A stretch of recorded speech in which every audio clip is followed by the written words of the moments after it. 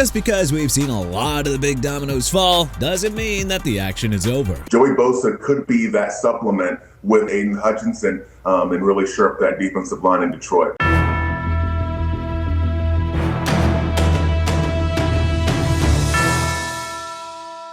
There are still proven starters sitting at home waiting for the phone to ring. So, let's take a look at who's still available and where they should land. Stefon Diggs, wide receiver. Let's get the elephant out of the room first. Yes, there's off-the-field baggage. Yes, he got released by the Patriots despite putting up over 1,000 yards. And yes, teams are clearly hesitant. But Stefon Diggs just caught 85 passes for 1,013 yards and helped to lead New England to the Super Bowl. That's not ancient history. That was 4 months ago. At the age of 32, he's not going to burn past corners like he did in Buffalo, but I mean, the route running is still elite. The Ravens make a little too much sense here. I mean, Baltimore has lacked a reliable second option opposite Zay Flowers since his emergence, and Diggs wouldn't affect their comp pick formula since, well, he was released. Lamar Jackson could really use a seasoned chain mover who's been in big moments before. So a one-year prove-it deal in Baltimore would be the perfect redemption arc for Diggs. AJ Epanessa, edge. Now here's a name that doesn't get nearly enough attention. AJ Epanessa. The former second-round pick out of Iowa has quietly put together a solid career in Buffalo. 24.5 sacks, 4 interceptions across 6 seasons, 6'6" and 260 pounds. I mean, he's got the frame to set the edge against the run and the length to disrupt passing lanes. Epanessa isn't a featured pass rusher, but he's exactly the kind of number 3 edge that championship defenses need. A team like Philadelphia or Green Bay that values depth and versatility should be all over him. Aaron Rodgers, quarterback. Yeah, we've been here before. Last offseason, the Steelers waited and waited and waited for Rodgers to decide if he wanted to keep playing. He eventually signed before minicamp, led Pittsburgh to the AFC North title, and reminded everyone that even at the age of 42, that there's still some magic in that arm. Well, now here we are again. The Steelers have already added DK Metcalf via trade and signed Michael Pittman. They brought in Mike McCarthy, Rodgers' old coach in Green Bay. Everything is set up for a reunion. The only thing missing now is the signature. Rodgers threw for 3,322 yards with 24 touchdowns and just 7 interceptions last year. He went 10-6 as a starter. Is he the MVP version of himself? No. But he's still better than most of the alternatives, and Pittsburgh knows it. Joey Bosa, edge. You know, if you're only looking at sack totals, you might think that Joey Bosa had a quiet year in Buffalo. I mean, 5 sacks doesn't exactly jump off the page. But here's what does. He led the entire NFL in forced fumbles with 5. He racked up 47 pressures, his most since 2021. And Pro Football Focus graded him as their 7th highest pass rushing edge defender. The injuries that plagued him from 2022 to 2023 seem to be in the rear view. And heck, he played 15 games last season. I think the Lions make a ton of sense here. Detroit could really use edge depth opposite Aiden Hutchinson. There's also an intriguing option on the West Coast pairing Bosa with his brother Nick in San Francisco. I mean, that's the kind of storyline that writes itself. Joel Batonio, offensive guard. Quietly one of the best guards of his generation, Joel Batonio is still playing at a high level entering his age 35 season. The 12-year Browns veteran posted a 96.4% pass block win rate in 2025, which was 3rd best among all qualifying guards while allowing only 2 sacks. Cleveland loaded up on guards this offseason, signing Zion Johnson and Elgton Jenkins, which signals that they're ready to move on. A contender with a young quarterback like Cincinnati or Denver would be smart to pounce. Bobby Wagner, linebacker.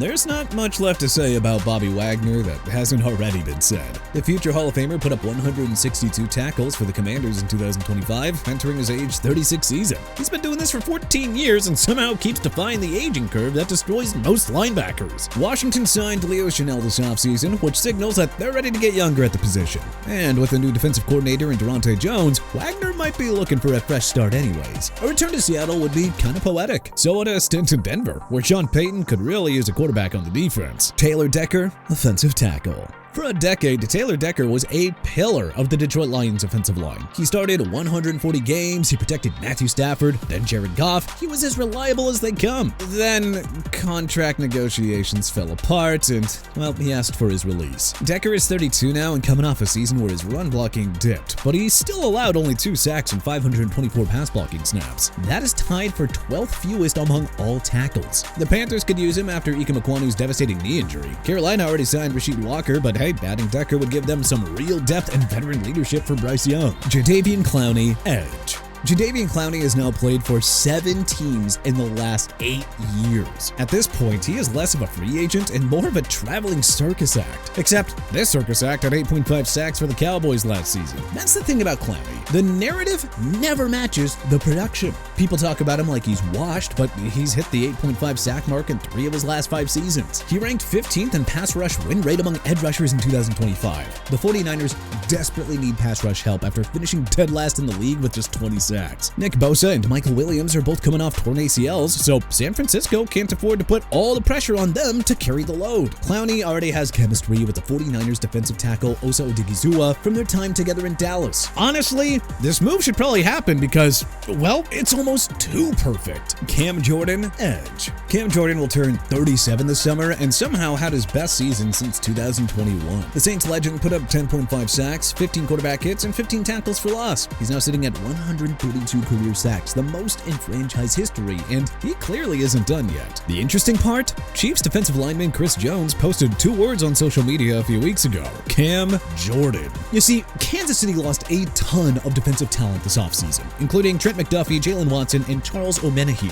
They need veteran pass rushers, and Jordan would come relatively cheap while providing instant credibility. At this stage, Jordan just wants to win. If the Chiefs come calling, it is hard to imagine him saying no. Deebo Samuel, wide receiver. Deebo Samuel posted 72 catches for 727 yards and 5 touchdowns with Washington last season, his most receptions since his All-Pro 2021 campaign. But his yards per catch dropped to a career low 10.1, and he was barely used as a runner with just 75 rushing yards. At the age of 30, Samuel is not the game-breaking threat that he once was, but he can still be weaponized in the right system. A creative play caller who knows how to scheme touches for him could unlock something. Broncos have always been the obvious connection for years now. Sean Payton has always talked about wanting a joker who can line up anywhere and create mismatches. And well, Samuel fits that mold perfectly. Also, Denver hasn't signed a single external free agent this offseason. Bo Nix certainly could use another weapon at his disposal. David Njoku, tight end.